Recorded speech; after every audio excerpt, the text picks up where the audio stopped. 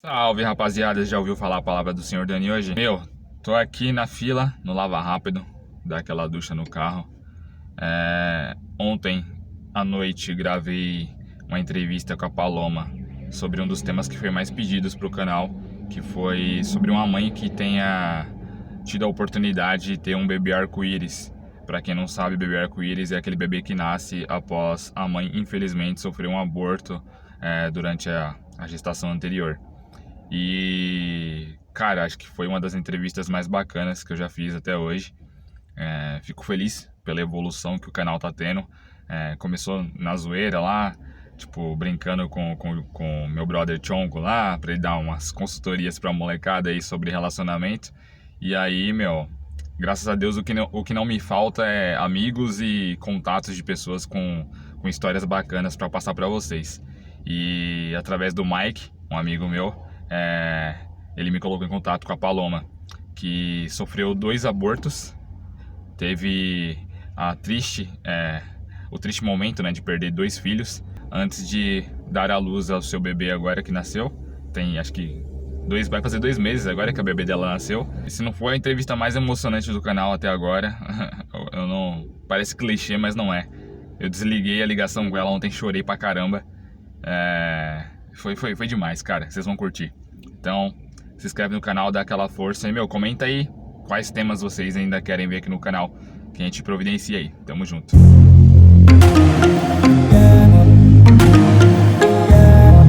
Boa noite, Paloma. Boa noite, tudo bem? Tudo bem, e você? Tô bem, graças a Deus. Que bom. Muito obrigado por ter topado participar do nosso bate-papo aí, viu? Não, o prazer é meu. Acho que foi um dos assuntos mais pedidos até agora aí do pessoal, que conversasse com uma mãe que tivesse tido a honra de ter um bebê arco-íris. E você, acho que foi uma das histórias aí que mais chamou a atenção, né, por tudo que aconteceu. Primeiramente, parabéns por toda a sua jornada, sua, de seu esposo, né, da sua família. E conta um pouquinho pra galera aí, quem que é a Paloma? A Paloma é uma menina que sempre quis ser mãe.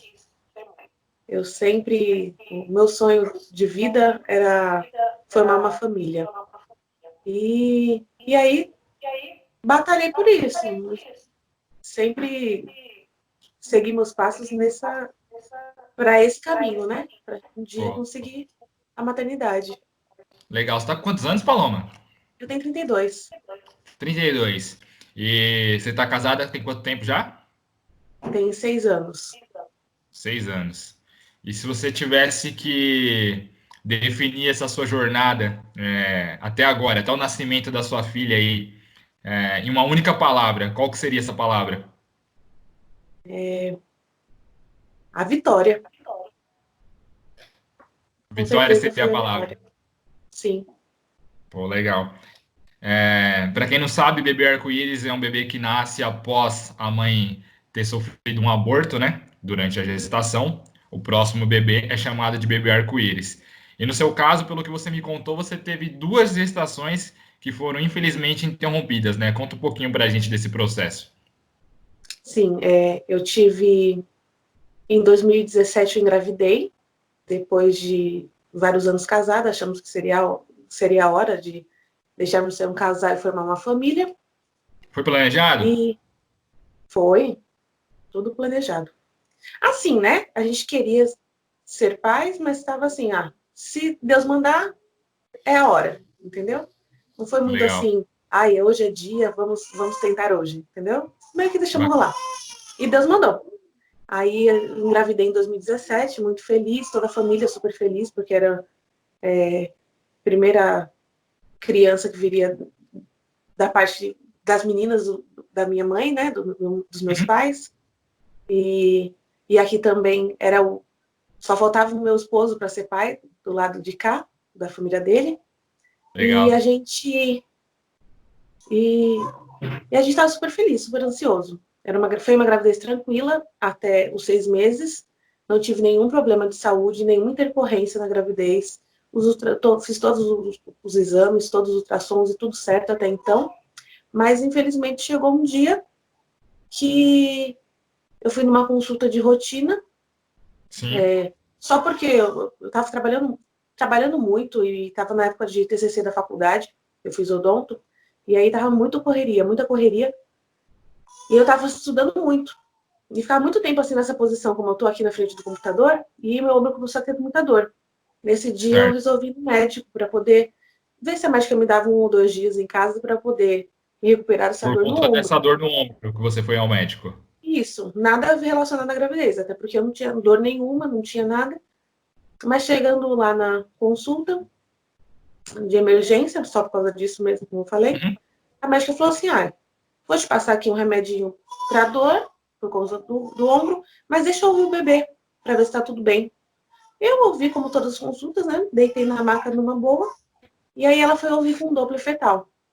Daí passou o aparelho, não ouviu o batimento. Daí já levantei a sobrancelha, já fiquei meio assim, né? Ela falou: não, acho que o aparelho tá com problema, deixa eu trocar. Aí foi lá, pegou outro, passou, não ouviu de novo. E aí me subiu o medo, né? Aí Uhum. veio o medo de uma vez. Daí me chamaram outros médicos para tentar ouvir, ninguém escutou nada, a não ser o barulho do aparelho. Me levaram para outra sala e eu já estava desesperada nesse momento. Já passou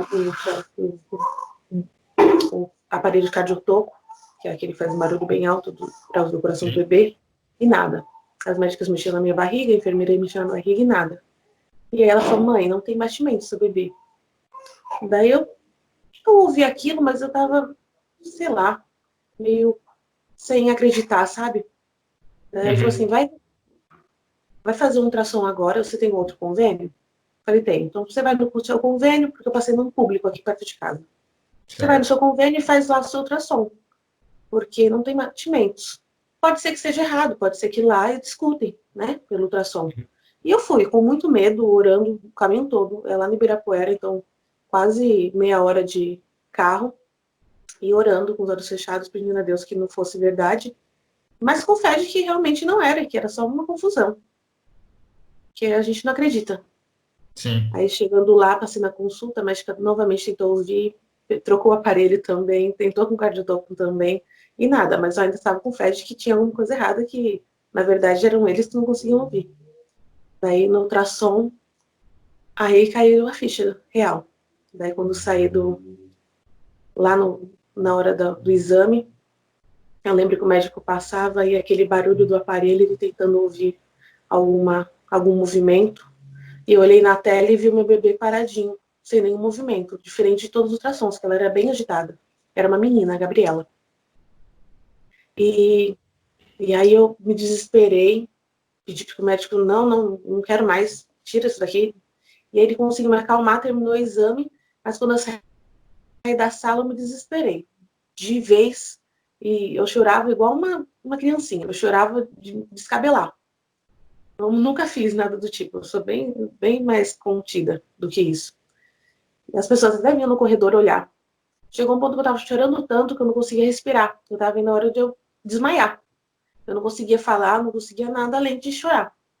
E aí, nesse momento, eu orei na minha mente mesmo. Na minha mente, falei: Deus, um dia eu entreguei minha vida nas suas mãos. Então, toma conta de mim, porque eu não vou aguentar passar por isso sozinha. Danilo, foi uma coisa realmente milagrosa. Foi o maior encontro que eu tive com Deus.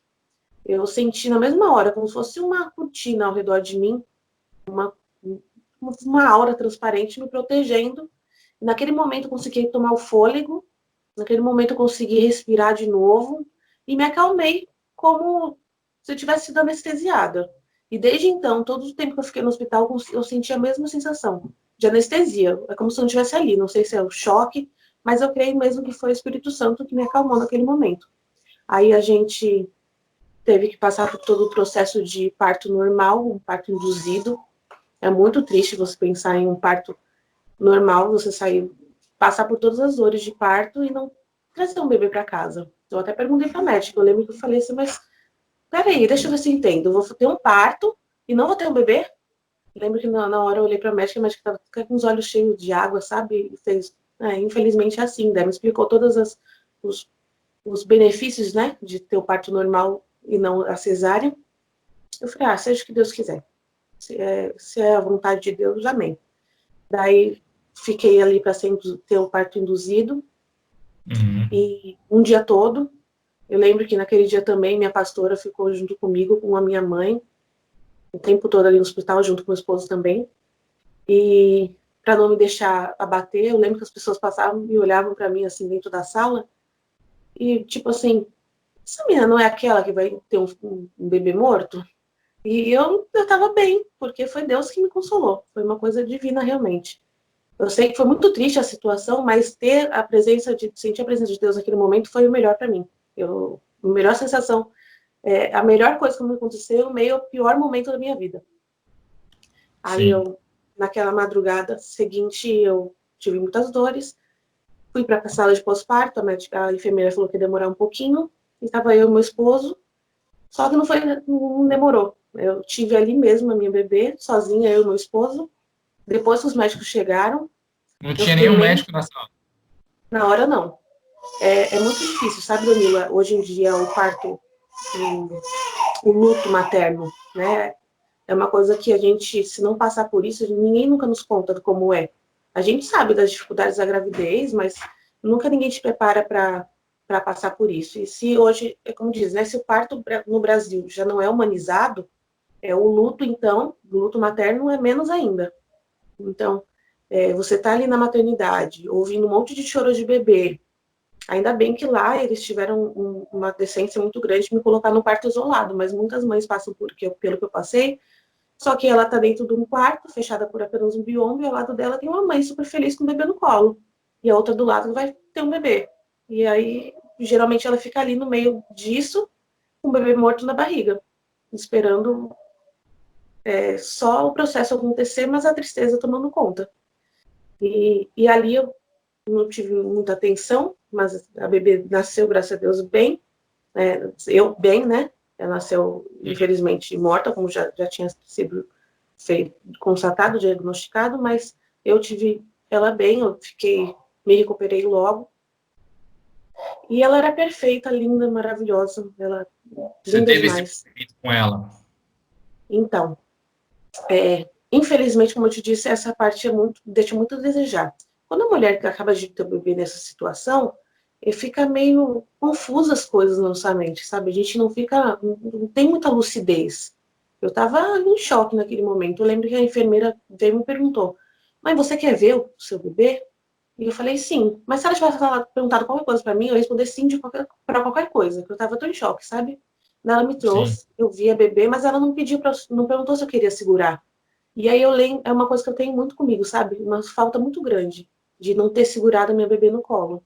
Eu ter visto ali só no colo da enfermeira, mas não ter tido a oportunidade de pegar ela e de olhar o corpinho, as mãozinhas, os pezinhos, decorar ela, sabe? Eu vi por ali 2 minutos e logo a enfermeira levou.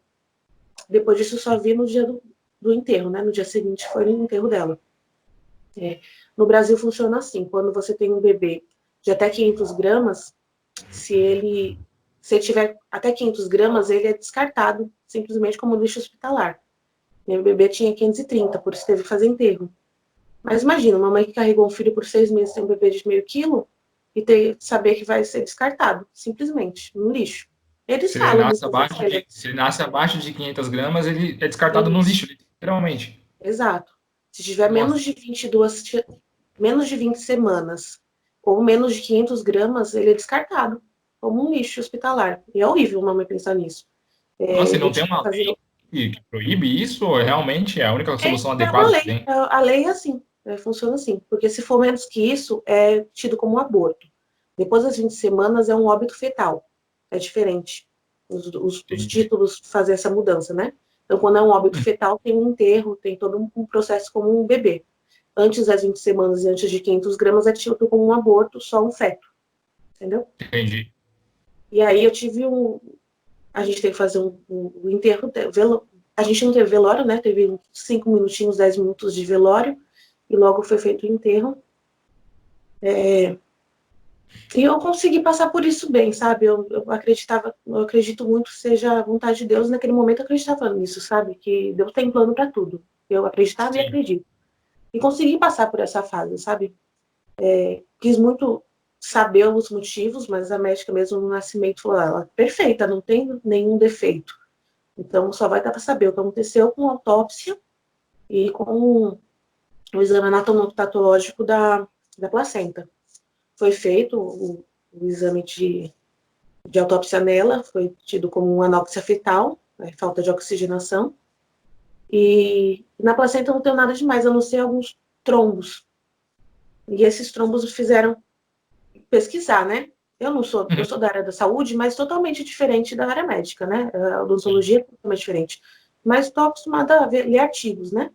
Então, fui pesquisar em muitos artigos científicos e descobri que a causa mais provável de uma perda com tantas semanas e de um bebê saudável é a trombofilia. Daí eu pesquisei muito, li muito e pedi para muitos médicos os exames para investigação.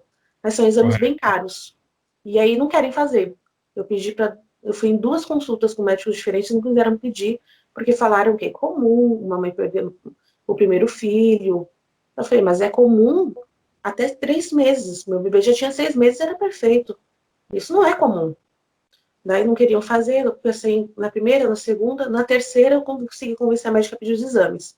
Mas também ela não queria fazer, eu que convenci mesmo. Eu falei, não, porque não é comum, eu não vou parar de pedir para nenhum médico as guias do exame. E aí fiz vários exames, e em um deles constou um dos tipos de trombofilia. Né? Então, tem a trombofilia genética e tem a trombofilia adquirida. No meu caso, tenho trombofilia genética, MTHRF, que é uma mutação que eu não sei explicar muito bem, sabe? Mas é uma mutação que causa que a pessoa que a tem mais facilidade de ter trombos, né? Ela Tá, trombose e esses no trombos fôlego, no sangue. e esses trombos que causaram, no caso, aí, a falta de oxigênio para o bebê. Exato. Aí, o que acontece? Na gravidez, a mulher, em geral, as mulheres em geral têm mais chance de ter trombose. Como eu já tenho trombofilia, então minhas chances triplicam. Então, a trombose, quando acontece na placenta ou no cordão umbilical, impede a passagem de sangue, a circulação sanguínea. Então, diminui os nutrientes. Minha bebê era bem pequenininha por causa disso, por causa da diminuição dos nutrientes. E também teve o óbito por conta da falta de oxigenação. Mas Correto. não Minha tem mãe como teve tratar também. nada, Minha né? mãe teve trombose na gestação da minha irmã. Eu lembro que ela ficou um bom período internada também, teve que tomar várias injeções diárias. E realmente é uma gravidez bem de risco, né? Exato. E aí, infelizmente, a gente só consegue. Não é um exame, não são exames que são pedidos no pré-natal, então só depois que a mulher perde, na verdade, por 3 vezes, o protocolo médico diz que esses exames são pedidos depois de 3 perdas. Eu falei para a médica, como que eu vou esperar perder 3 bebês para depois fazer um exame, para saber o que eu tenho, sendo que a causa mais provável é essa? Ainda bem que alguém me ouviu e pediram, né? Aí, em seguida, depois da perda da Gabi, eu comecei a fazer esses exames, consegui descobrir isso e fiquei tranquila, porque eu pensei, agora eu já sei a causa, vou me tratar direitinho, né, e vou conseguir o bebê. Então, esperei os 6 meses passarem, depois que perdi ela, e a gente começou a tentar de novo, né? Sim. Também deixando a vontade de Deus. E logo engravidei novamente. Fiquei Tá, super feliz, mas assim que você perde a Gabi, você senta com seu esposo, vocês esperam um período adequado, né? Que são 6 meses aí, mas quando vocês começam a tentar de novo, batia aquela insegurança ou você já estava confiante devido a você já saber qual que era o problema que tinha ocorrido? eu estava confiante, meu esposo não. Meu esposo não queria tentar logo. Mas eu meio que Sim, convenci ele a tentar. Que ele certo. tá com muito medo de acontecer tudo novamente, né? Eu não fiquei tão ruim, eu fiquei muito triste, mas eu consegui segurar a barra um pouco. Aí logo a gente tentou de novo, como eu te falei, e engravidei logo. Daí descobri logo no primeiro dia de atraso, eu já descobri a gravidez, fiquei muito feliz, mas com medo também. Ainda dessa vez eu não contei para muita gente, demorei para contar para meus pais, demorei para contar para minha sogra até um tempo. Só os bem próximos que ficaram sabendo da gravidez, né? Os irmãos, o pessoal bem íntimo. Me resguardei mais nesse ponto, né? Sim. E aí, no primeiro ultrassom, viram já que o bebê estava com batimento, estava direitinho, mas estava com descolamento ovular, que é quando o óvulo não se prende direitinho na parede do útero, ele tem que ficar bem fixado, e ali ele tinha um descolamento ovular, que é como se fosse uma bolsinha de sangue que se forma ali próximo ao feto. Com quantos meses você tava? Tá no segundo mês, tá com 7 semanas, quando eu Legal. descobri. Aí o médico falou assim, daqui a 15 dias você vai fazer um novo ultrassom, enquanto isso faz um repouso, mas assim, ele falou assim, se for para dar certo, vai dar, porque repouso não vai fazer diferença. E é pequenininho, vai ficar tudo bem, esse descolamento é muito comum. Na verdade, muitas mulheres nem ficam sabendo muitas vezes, porque não fazem ultrassom tão cedo quanto você. Às vezes, muitas mulheres têm, sarem e nem ficam sabendo que teve. Uhum. Aí eu fiquei bem tranquila, apesar, né, tranquila o máximo que dá para ficar, né? E aí eu estava usando as injeções, o tratamento, como eu te disse. Para quem tem trobofilia, tem que fazer um tratamento com injeções diárias de enoxaparina. Chama Clexane, que é a mais comum, né? As mulheres Sim. geralmente falam da Clexane. Essa injeção tem gramaturas diferentes, a minha era de 60 miligramas, eu tomava 2 por dia. Uma pela manhã e uma à noite, na barriga, as injeções. Mas assim, tirando as injeções, estava tudo tranquilo, né? Eu não me sentia mal nem nada. Passei 15 dias assim no repouso relativo. E aí quando no dia de fazer ultrassom, eu sonhei que eu tinha perdido o bebê. E aí eu fui fazer ultrassom morrendo de medo, porque eu já sabia que não estava tudo bem. E aí quando chegou lá no ultrassom, de novo, a perda, com sua perda. Dessa vez eu fiquei bem mais abalada, né? Com 9 semanas, eu crendo que ia dar tudo certo, e perder de novo foi terrível. Daí dessa vez eu tentei segurar a barra, mas aí já não tinha faculdade, estava afastado do serviço, e aí eu precisei aí do acompanhamento psicológico, porque não estava dando para mim não estava conseguindo segurar a barra direito, então fui procurar terapia. O meu esposo é psicólogo, mas a gente não consegue, né, fazer tratamento com alguém próximo da gente, né? Tem que ser com alguém de fora. Exato. Mas foi a melhor coisa que eu fiz. Eu indico para todo mundo terapia vida, né? Não só para um caso como esse, né? Até para a gente lidar com a vida no modo geral. Foi a doutora Zenaide, eu passei com ela, é uma maravilhosa, e me ajudou muito. Eu passei meses bem difíceis, que eu não conseguia sair de casa, eu fiquei bem enclausurada, faltava no serviço, fiquei sem ir no serviço muitas vezes, só porque não conseguia sair de casa, olhar pra rua. Sim. E seu Né? esposo?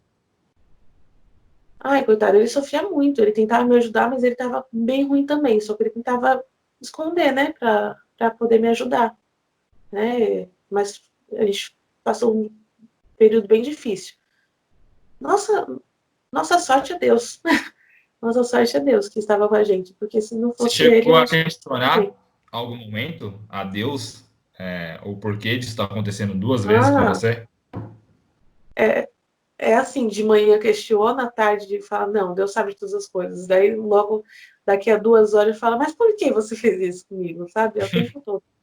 Ser humano, né?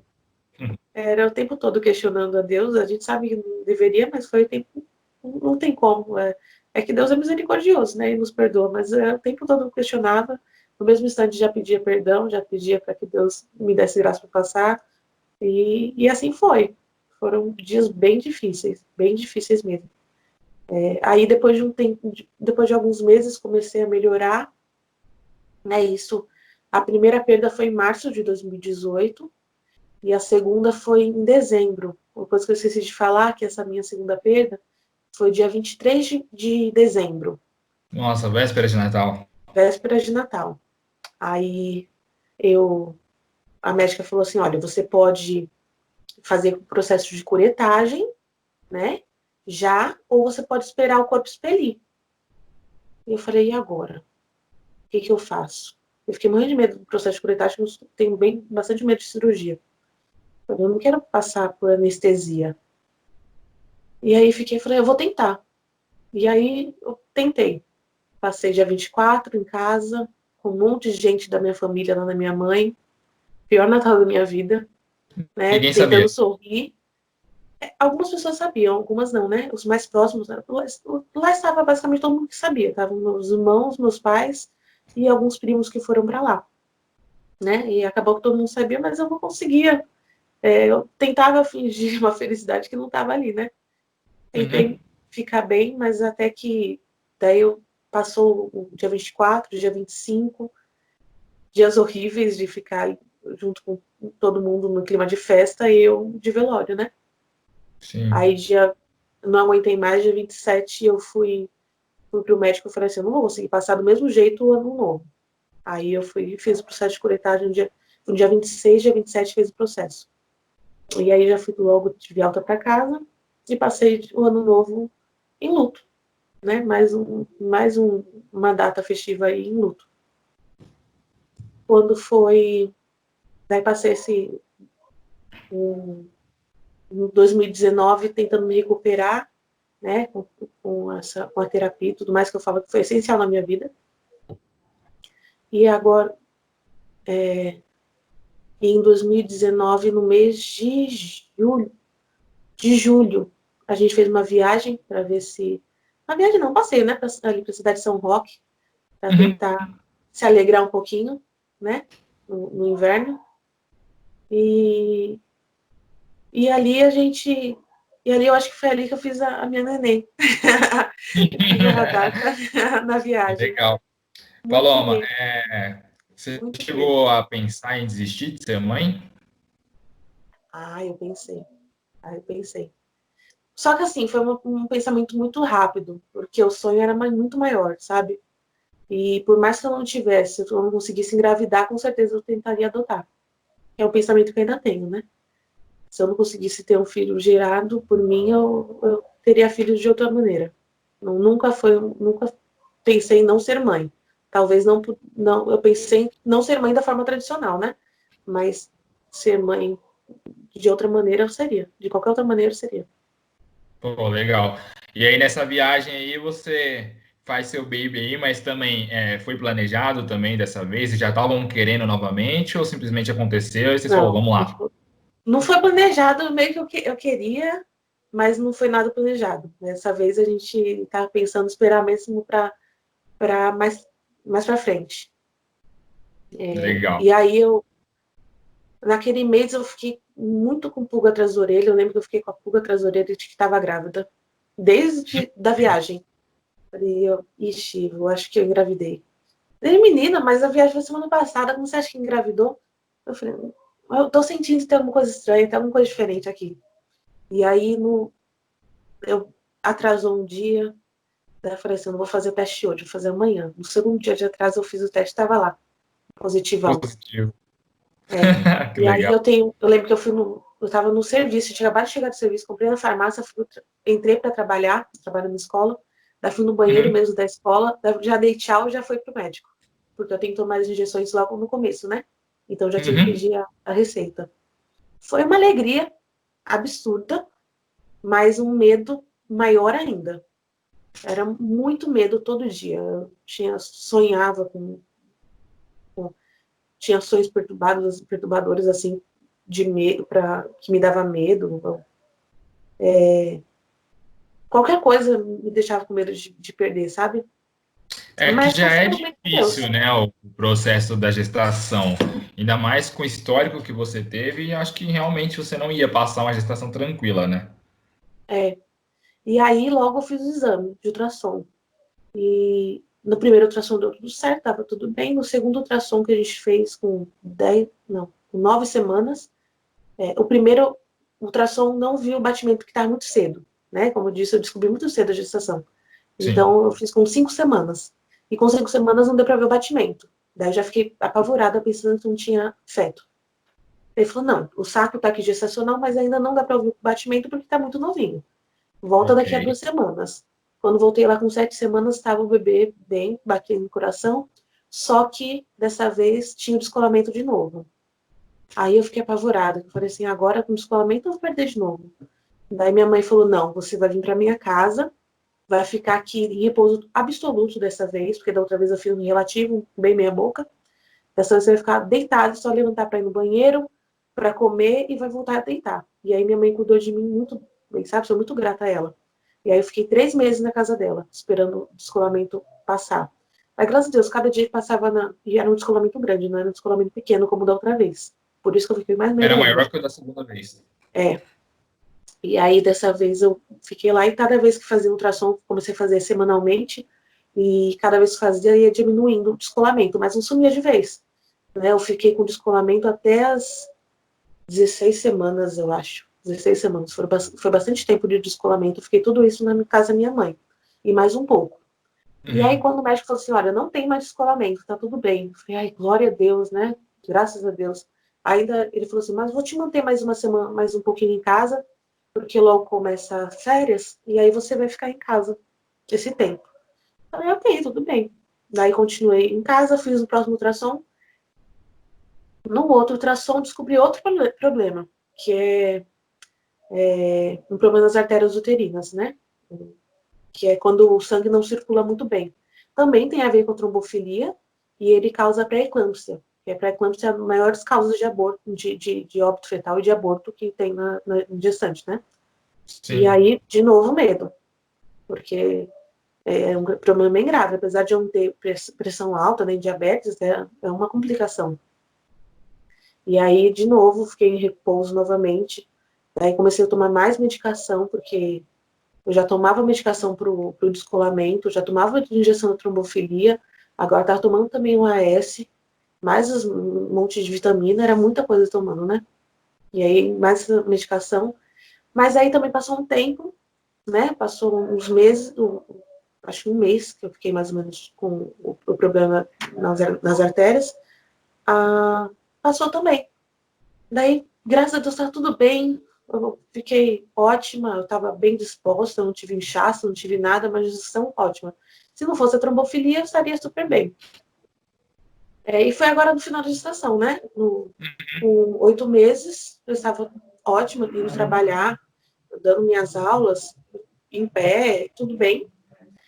E aí começou o problema do coronavírus, né? Certo. Começou a se falar do coronavírus agora em março, quando voltei a dar as aulas.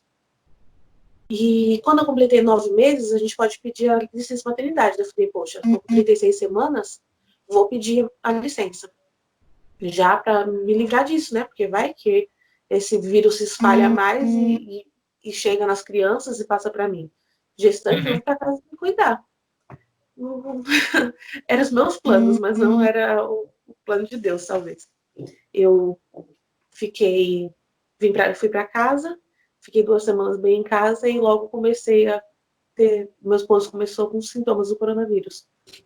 Eu gestante com 38 semanas, logo o próximo dia é neném, e meu esposo começou com sintomas, né, com febre alta, 3 dias de febre ele teve, ele ficou bem indisposto, não conseguia levantar da cama, muito cansado. Eu vi realmente meu esposo numa situação que eu nunca tinha imaginado vê-lo. Eu fiquei realmente com medo de perder ele. E eu, em seguida, fiquei com um dia de febre e tosse, mas eu fiquei com sintomas bem leves. Aí, quando eu passei na consulta, fui tratada como suspeita de Covid, do Covid-19, e aí foi todo o procedimento do meu parto foi mudado, né? Que estava tudo para ter um parto normal, então aí mudou para um parto cesárea, e fiquei em quarentena em casa, né? Uns 15 dias fechada em casa, até o dia do parto. Na verdade, eu tive com 39 semanas e 5 dias a minha neném. Fui para o hospital, foi horrível ficar na maternidade daquela maneira. Primeiro porque todo mundo estava com muito medo também, né? Não era só eu que estava ali com medo. Os médicos, os enfermeiros, todo mundo que olhava para mim sabia que eu era a grávida com Covid, né? A gestante com Covid do hospital. Na Deu verdade, positivo. Deu positivo o teste de seu e de sua esposa. então, eu não tinha feito ainda o teste. Eu só estava sendo tratada até então como suspeita, mas porque eles não estavam fazendo teste em todo mundo, né? Aí, lá no hospital, foi a primeira grávida com Covid, na verdade. A primeira grávida da maternidade. E aí, é tudo novo, né? Como era a primeira grávida a ter neném ali com coronavírus, eles fizeram toda uma mudança no hospital, colocaram para ter o parto numa sala diferente, num andar diferente. Ninguém chegar perto de mim, não foi nada humanizado, lindo, maravilhoso, como a gente imagina que vai ser um parto, sabe? Foi bem... Dava muito medo, né, ver as pessoas todas paramentadas daquela forma, como se fossem para um Chernobyl aí da vida. Era horrível, foi horrível. E aí eu não queria parto por cesárea, estive basicamente forçada a ter cesárea por conta da situação. E quando minha bebê nasceu, daí foi ali, graças a Deus, deu tudo certo, mas minha bebê nasceu, eu não pude nem dar um beijinho nela quando ela nasceu. Já passaram com ela direto, não podia chegar perto dela naquele momento, porque a gente estava decidindo se eu ia poder ter contato com minha filha ou não. Me mandaram para o quarto lá, isolada também, fechado, o quarto sem janela, eu não podia sair no corredor do hospital. E até então tinham me falado que eu ia poder ficar com meu esposo em casa, no quarto, no pós-parto. E depois que a neném nasceu, resolveram que eu não ia poder ficar com ninguém. E eu tava com cesárea, e me mandaram o bebê para ficar comigo no quarto. Eu, depois de ter tido um cesárea, ficar levantando na maca para cuidar da neném. Eu que tinha que dar banho, eu que tinha que me virar em tudo, porque eu não tive ajuda muito das enfermeiras, porque elas também estavam com medo e também não sabiam muito bem como lidar com a situação. Meus pontos infeccionaram depois disso, por conta do muito esforço que eu tinha que fazer, porque não tinha ajuda, como não tinha ninguém para me ajudar ali, eu que tinha que me virar. Olha, foi bem punk. E aí, no dia seguinte que eu tive ela, resolveram fazer o teste em mim. E aí fizeram o teste e realmente deu positivo. O teste é horrível também, né? Aquele cotonete gigante no nariz é muito horrível. Mas fizeram o teste e deu positivo. Até então estava bem, sabe? Com os sintomas do coronavírus. Mas quando falaram, realmente, você está... Eu comecei a ter falta de ar, eu comecei a ter um monte de coisa, mas era mais psicológico, era com medo, né? É um medo da situação ali. Ali eu percebi que realmente as janelas estavam trancadas, não tinha circulação de ar, a porta estava trancada, eu estava fechada com minha neném no quarto, e aí eu fiquei pensando, meu Deus, ela vai pegar esse vírus agora. Eu fiquei apavorada. Eu não podia ter contato com ninguém, eu só estava ali com o celular, podendo falar com meu esposo, com meus pais, né, as pessoas ali pelo celular, mas não tinha contato com ninguém, nem com enfermeira direito, que a enfermeira chegava a fazer procedimento e ia embora no instante. E era vários nãos que eu ouvia, não, não toca aí, não, não pega nela assim. Era bem horrível. E aí fui liberada para casa, eu podia dar mamar, graças a Deus eu pude amamentar, mas fui liberada para casa logo, e tinha que sempre amamentar com máscara, fazer todo o procedimento de higiene, né, comum, mas com máscara, mas e o medo de passar mesmo assim. Os médicos não têm muita certeza se o vírus passa pelo leite ou não ainda. E o medo de passar pelo leite o vírus, né, foram situações bem complicadas, né, para se passar no pós-parto. Mas graças a Deus, Deus abençoou e deu tudo certo. Depois de toda essa luta, eu tive minha Radassa. O nome da Radassa é uma planta que nasce no deserto, uma flor do deserto. É uma flor que resiste às maiores tribulações, né, do deserto. E minha Radassa veio, no meio de um monte de tribulação, ela nasceu, floresceu na minha vida. Foi maravilhoso ter ela aqui. Bom, não é uma história, né? É um filme, né? Que história de É, vida que você tem. realmente, eu nunca imaginei que eu poderia ter uma história assim, sabe? Sempre tive uma vida muito comum.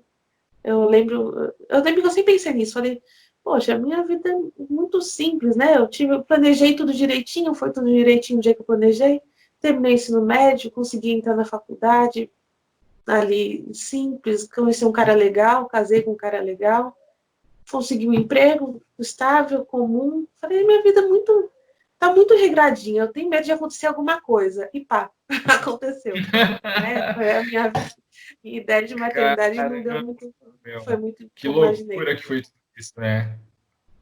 É. Que loucura. Mas, assim que ela nasceu, ok, deu positivo o seu teste. Eles deixaram você ficar próximo dela do mesmo jeito, assim? É como você falou, né? Eles não têm certeza de muita coisa ainda, né? Mas não teve um distanciamento entre vocês duas? Então, teve, na hora, é assim, eu podia amamentar ela, mas eu não podia ficar com ela no colo, por exemplo. E meu sonho era cheirar minha neném, dar um beijinho no pezinho. Nossa, era um sonho fazer isso. Eu não pude fazer isso. Eu fui cheirar minha bebê com quase 20 dias de vida dela. Antes disso, eu não consegui nem saber o cheiro dela, né? A gente não tinha esse contato. Então, basicamente, pegava ela para amamentar, para dar banho, e o tempo todo, tadinha, ela ficava dentro do berço, não tinha um contato muito próximo com a gente, né? Mas o bom é que, como um bebê novinho, né, a gente toda hora tem que pegar para dar mamar. Mas eu queria, né, acalentar, dar beijinho, cheirar, né? Mas não podia. Eu tinha que ficar com ela distante. As orientações são manter ela com 2 metros de distância de mim quando eu não estivesse amamentando. E assim a gente fez. A gente colocou o bercinho no quarto, mas deixou ele afastado da cama. E tratamos assim. E graças a Deus ela não apresentou nenhum sintoma do coronavírus. Nada. Nossa, Ela, bem complicado, né? Mas graças a Deus vocês conseguiram aí dominar nessa situação aí e reverter aí para que não transmitisse para ela, né? é, foi realmente complicado, mas Deus deu vitória. Graças a Deus. Sem dúvidas. O tratamento que você fez agora, nessa última gestação, ele já serve para uma futura gestação, caso você venha ter novamente, ou é um problema recorrente que você vai ter que acompanhar sempre? Então, toda vez que eu quiser engravidar, eu não tenho certeza que vou tentar novamente, porque foi muito complicado, sabe? Mas se eu quiser engravidar novamente, na próxima gestação, tem que usar novamente as injeções. Porque é Cada um problema gestação. é genético, né? Como você falou, né? Sim, não tem como fazer um tratamento prévio. A gente só consegue fazer o tratamento durante a gestação. Entendi. Paloma, com toda essa situação que o Brasil tem na saúde, né? Uma pergunta que eu te faço. Você é a favor do aborto? Não, de jeito nenhum. É um, a maternidade é algo indescritível, é um milagre. Não tem como ser a favor do aborto. Em nenhuma hipótese. Eu acredito que, assim, né, tirando os casos de saúde, né, como bebês anencéfalos, ou em caso de estupro, né, que é uma coisa a se pensar, nenhuma outra situação. Acho que a gente tem muitas mães que querem ser, mulheres que querem ser mães e desejam tanto um filho. Então, é, a adoção é uma maneira muito linda de tratar esse assunto. Se a pessoa não quer ter um filho, entregue para adoção, né? Eu acho que você vai estar fazendo, você não quer viver aquela vida, né, de mãe, mas você pode ajudar alguém. Então, pode dar um futuro digno para essa criança, não precisa matá-la para isso. Eu acho que é encobrir um erro com o outro. Não sou a favor de maneira alguma. Legal. E uma coisa que você me falou que me tocou bastante foi que você não teve, né, a oportunidade ali de segurar a Gabi no colo, né? E Não. o segundo foi bem novinho, né? Mas se você pudesse falar algo para os seus dois bebês que estão lá ao lado de Deus, sem dúvida, o que que você falaria? Que eu os amo para sempre. Nunca vou deixar de amar eles. Eles me fizeram mãe. Mesmo eu não tendo eles aqui nos meus braços, eles me fizeram mãe. Mesmo se eu não tivesse a Radassa hoje, eu ainda seria uma mãe. Mãe de anjo, mas seria mãe. Então eu sou muito grata a eles por ter vindo ficar comigo. Mesmo por esse pouquinho tempo que eles ficaram. Então, eu diria obrigada. Tudo legal. Tenho dúvida que eles têm muito orgulho da mãe que eles têm. E recado final para a galera aí que, principalmente, que tem o sonho de ser mãe, que já passou por uma situação parecida, igual você passou, né? O que você tem a dizer aí? Não desista. O sonho de ser mãe Deus coloca no coração da gente. Se você tem esse sonho, busque, procure ajuda médica, ore, peça a Deus, busque de todas as maneiras. E se não for da maneira comum, usual, que é gerando no ventre, gere um filho no coração e seja mãe. Não deixe que problema de saúde ou nada te impeça disso. Se você tem o sonho de ser mãe, você vai ser uma mãe maravilhosa, tenho certeza. É isso. Paloma, muito obrigado. Sinta-se abraçada aí, você e seu esposo, tá? Acho que, sem dúvidas, é uma das histórias mais lindas que eu já conheci, que eu tive o prazer. Sou grato por ter te conhecido, por ter conhecido o Mike e ele ter nos apresentado. Eu acho que, sem dúvida, essa história sua vai poder ajudar muitas pessoas aí que passam, né? Por isso que é algo tão comum, né? Infelizmente, mas sem dúvida vai ajudar muito. Ai, que bom.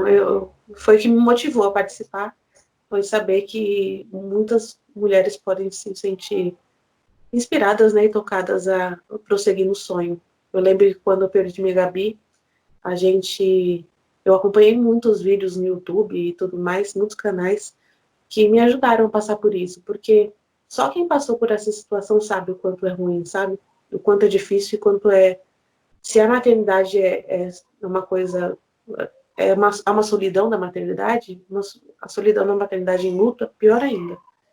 As pessoas não entendem. Muitas vezes a gente ouve palavras como: ah, foi a vontade de Deus, ou mas foi novinho, logo mais você tem outro.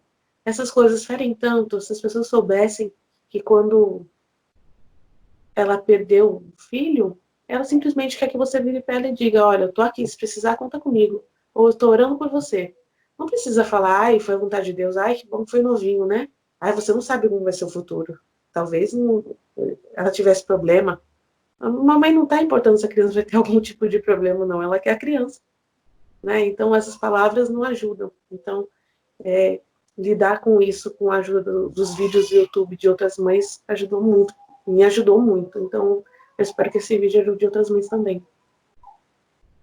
Obrigado. Um grande De nada. abraço.